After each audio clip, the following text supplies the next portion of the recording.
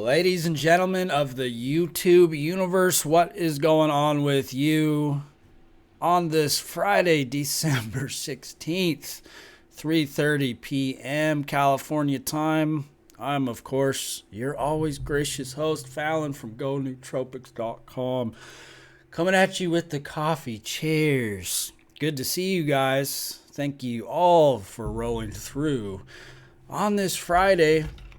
You know, I'm always appreciative of you guys coming through, checking out the vids. You know, some of you are really enjoying the Kratom videos. I'm at like day 40, no Kratom now, and I told you we're not going to be talking about Kratom, and I'm not going to be talking about Kratom.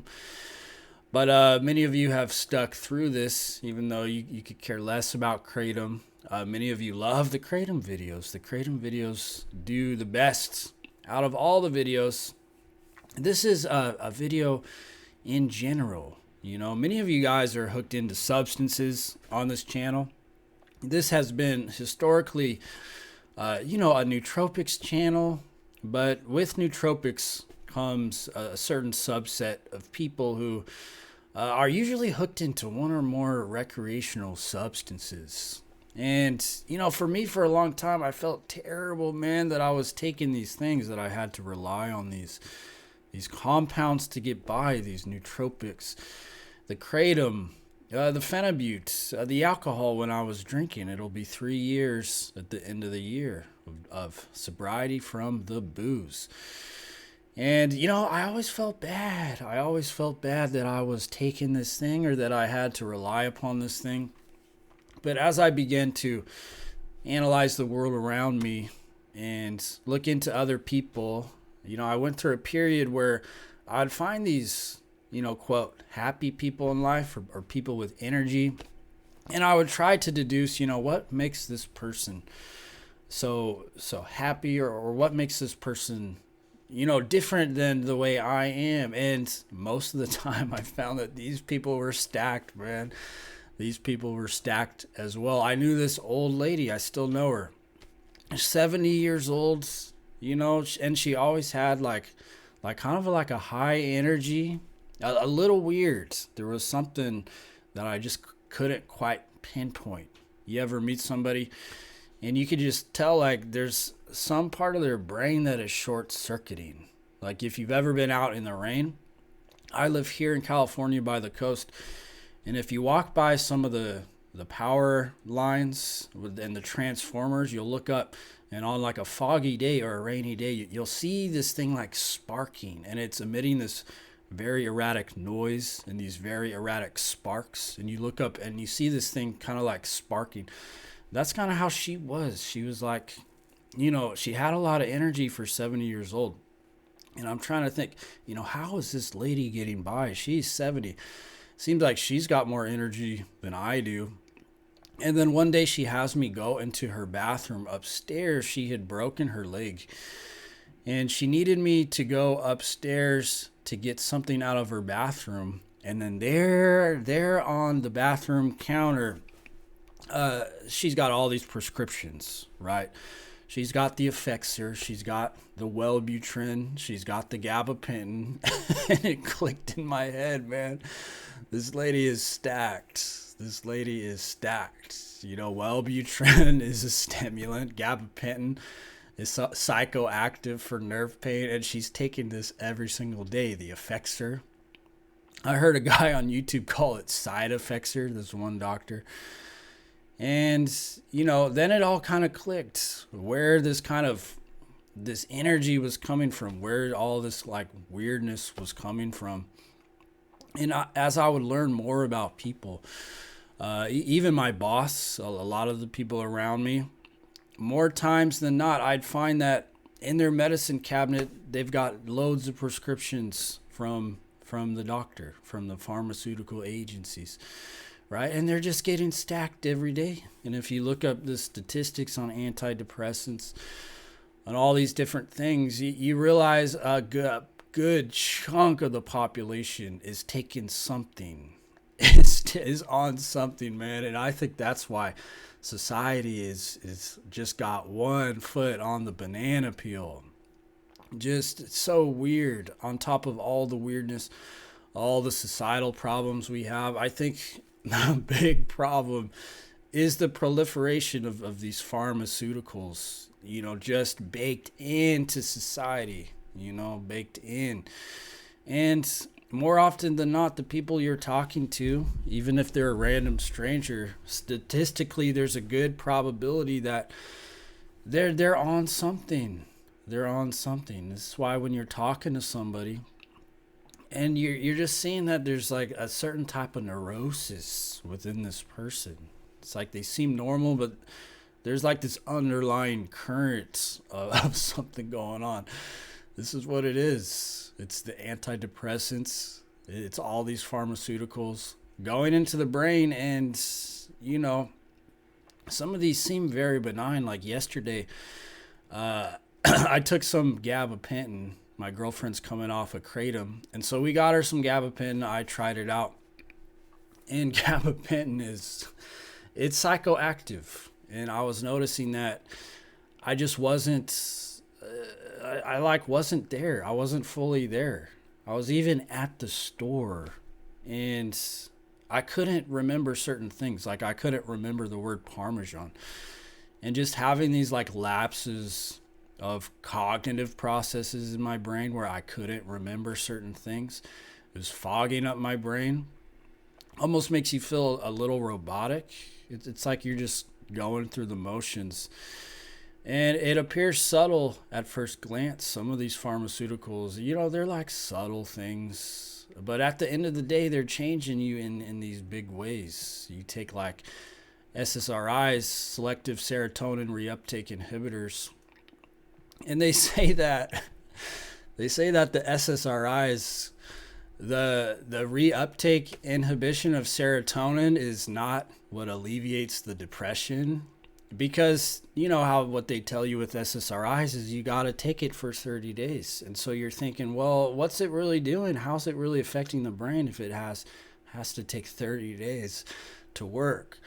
Well, it's not the serotonin in your brain. It's the adaptive changes that the brain makes in context of this pharmaceutical inside of your brain, inside of your bloodstream. So your brain is like trying to combat this thing that you're taking.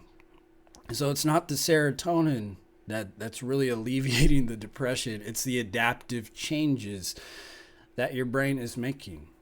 And anybody who's taken SSRIs will tell you that in most cases, they either stop working or they produce all these crazy side effects that don't work long term. They work for a little bit and then they don't. And it's like your brain making these adaptive changes, just rewiring itself. And so what are the implications of that in society? And a lot of people are taking this. So if you're on something like kratom, or you got a problem with a certain substance that you use to self-medicate, don't feel bad, because everybody else is on something too, more than likely. Now, obviously not everybody.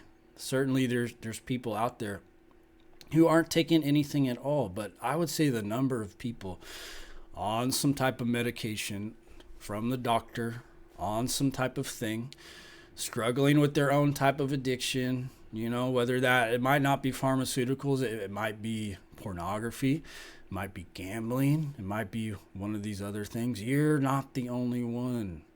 So don't feel bad that you're taking kratom. If that's all you're taking, don't feel bad. If you're using some of these things to self-medicate, this is what everybody's doing. Everybody just kind of has one foot on the banana peel in the society. Society has like made it hard to live here. If you live in like a city, they've done studies. Close proximity to other people puts you into a fight or flight situation, because there's all these people in the city you don't know. And if you live in the city, you're surrounded by people constantly. And so your adrenals are constantly pumping. Your cortisol is consistently elevated. And the city itself, man, like when I take the bus, you know how like the air lifts in the bus like compress and decompress? and it releases this really chaotic sound, and it beeps at you. Everything in the city is made to just put you into this very anxious state. The noises, the chaos. I remember being in San Francisco, and there's a whole, if you go to the city, there's a rat's nest of wires that run the electrical buses, and it's an onslaught for the senses. So everybody, what does everybody do? Everybody medicates. Everybody's doing it. And, we got one foot on the banana pill, baby. So don't feel bad if you're taking kratom. If you want to come off of it. But if you're on it, don't do this thing in your head where it's like, oh, you have this problem, but nobody else does. It's like, yeah, people do. They're just going to the doctor to get their medication. They're just going to the pharmaceutical companies to get their fix. They're on antidepressants. They're on benzodiazepines, If they're not taking those, they're drinking to excess, or they have their nightcap at the end of the day. So your kratom usage in comparison, I'd say is benign. And, the addict is in an interesting spot because only the addict knows he's got a problem. These people go into their doctors. They're often clueless, man. They're clueless. They don't have any idea of dependence, withdrawal. And as a result, they don't develop a certain type of neurosis that the addict does. The addict is in a constant state of self-examination, and the addict feels bad. The addict feels like dirty for what he does. He's always judging himself, and he's in recovery, right? These people going to the doctors don't have that same neurosis because it's got a certain stamp of approval. You go to the doctor, you get a stamp of approval from the system, and, now it's not so bad because somebody in a white coat gave it to them. And they'll cast judgment on you, but you go raid their medicine cabinet and just look at what they got. This is really popular with the boomers. If you go into any medicine cabinet of a boomer, somebody in their, 70s, 60s, 70s, older, they're all stacked, man. They're all they're super stacked. So it's no fault of yours if you go down to the smoke shop. Maybe you smoke cannabis, you take kratom or whatever. That's just your thing. And everybody's got their thing because society is just, society's got one foot on the banana peel. It's a very crazy place to live.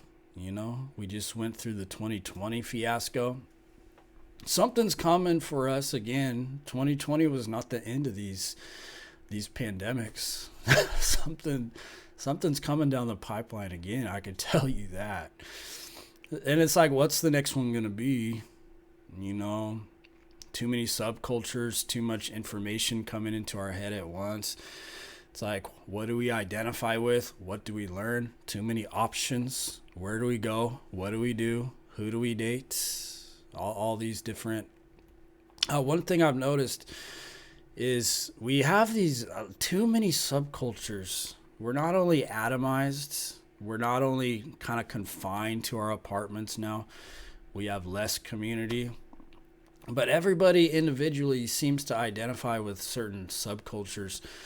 Like you could take the red pill as an example, or the black pill, and society is kind of splintered off to where everybody's more or less quarantined to our pods, into our apartments. We've kind of been ostracized from community, and we don't have community anymore. So as a result, we seek out these kind of online communities to identify with. We're never going to get rid of this desire that we have inside of us to find a group. And nobody wants to be an island. Even the most hardcore introverts need something to identify with, need some type of tribe. No man ever really wants to go it alone. I'd say it's very rare. It's a very small percentage of people that truly want nothing to do with anybody in society. So all these different subcultures were atomized. We're on our phones identifying with these subcultures. And I've noticed that when these subcultures kind of pop up in society, you take red pill, for example, and there's a million examples you could point to, but they quickly become memes.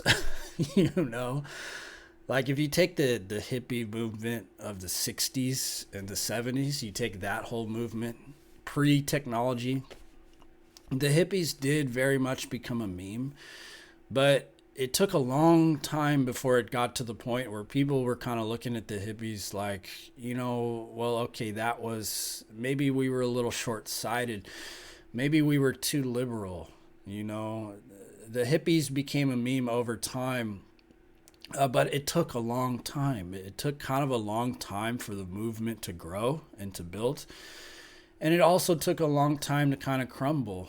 And this is what we see now, except as these subcultures pop up, they quickly become memes. It's like nearly as soon as something pops up, it quickly becomes like a meme. And the people who run these subcultures quickly become caricatures. Like if you look at Rollo Tomasi and the people running the red pill community, I largely see them as memes, kind of perpetuating this kind of narrow idea of male-female relations, and they're just kind of hanging on to like the scrap of truth that's contained within this community, and they become memes. They become memes of themselves. Oftentimes they don't practice what they're preaching. Like I heard Rollo he's married, which is, what does he tell you? He tells you not to get married. Yet he himself is married, and he's kind of older. He wears a beanie. He's got his long hair, kind of guitar. He's kind of like a leftover relic of the pickup community, and it's not a good look. So these these things become memes, man. These subcultures. You could look at the left and how the left has become extremely memeable with the things that they do and the things that they support. And quickly these people become caricatures. The community kind of loses steam pretty quickly. And you're kind of left, well, you identified with this thing, with this community, and now it's kind of all torn apart. The people have become grifters, essentially, in these things. It always gets overtaken by some type of grifter. And there you are, just kind of left atomized in society, one foot on the banana peel, and just kind of out to sea without a paddle, right? These communities you thought had the truth or had a certain sliver of reality to them eventually splintered off pretty fast, deconstructed pretty quick, and now you're left alone in your apartment pod. If you're lucky, maybe you got a girlfriend or you've got your dog. You don't know your neighbors. One foot on the banana peel. Everybody's just kind of weird out there. Society, you go out into the world and there's just this underlying undercurrents that people's brains have been overtaken in part by the pharmaceutical industry. SSRIs, benzodiazepines. You can't relate to anybody, even if you wanted to. People are so, their brains have been overtaken. They've been overtaken. The little scrap of humanity that they have left will all but be snuffed out by Elon Musk's Neuralink. Did you guys see those pods that he made? Go look up the pods that Elon Musk wants to give us. You're going to be Neuralinked. You're going to be in a pod. We're already kind of living a pod lifestyle. We're going to be Neuralinked. We're going to be medicated. And really, just one foot on the banana peel. So it's like, what do? Of course you want to medicate. Of course you want to medicate through this crazy era where we're just atomized. We're by ourselves, more or less. We're having less families, less kids, less values, right? As a culture, too many cultures, you know. I was reading that Japan used to preserve their culture. You couldn't go to Japan back in the days. I think Yuri Bezmenov was talking about this. And if you haven't watched that video by Yuri Bezmenov, the KGB defector, you should watch that video. I believe it's still on YouTube. But he was talking about how Japan would preserve its culture. And you couldn't go to Japan with, you know, your Western values. They wouldn't allow it in. And that's how they preserve such a pristine culture. Whereas here, it's like anybody just come on in. The borders are open. All cultures are welcome, you know. And we hail like multiculturalism as something that we want. But really, it just divides the people. Societies work very well when everybody's on the same page. That's just a fact. I think we've ran the multicultural experiment, and it's not working. Everybody's got different values. This person supports trannies. This person doesn't, you know. And it's like, how do you make it work if humans on some level aren't at least on the same page, reading the same language, kind of overall agree on the same things? Like, you could differ on kind of small things, but you can't differ on big things. It just doesn't work. It's just funny to think that there's people out there who think that can work. And we're probably never going to get to that point. And we're getting to a point in society where nobody really cares. You know, people are just trying to medicate themselves through the decline. This is what I was doing.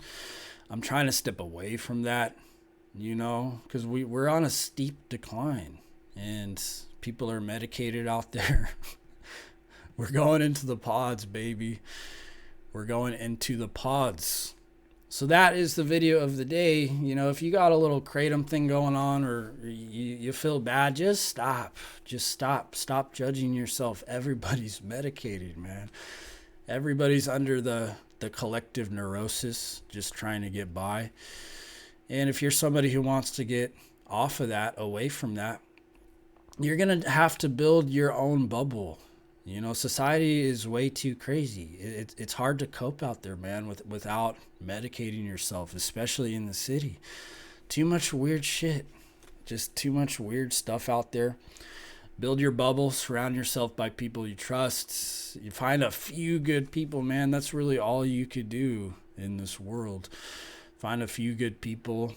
Make like a little micro village. People you can call. People you can depend upon. And you really got to shut your eyes to what's going on out there. All these little subcultures that quickly devolve, deconstruct. There's no staying power, you know, and you're just left in like a neurosis because you need a village. You need a tribe. But online is not where you get that. It's just really not, especially with like this red pill stuff. And name any subculture. They quickly become memes of themselves. They quickly get overtaken by grifters. There's no staying power. And you're just kind of left out in the weeds, atomized, you know, the way they designed it. So just stay the course. Try to figure it out the best you can. Don't spend too much time thinking.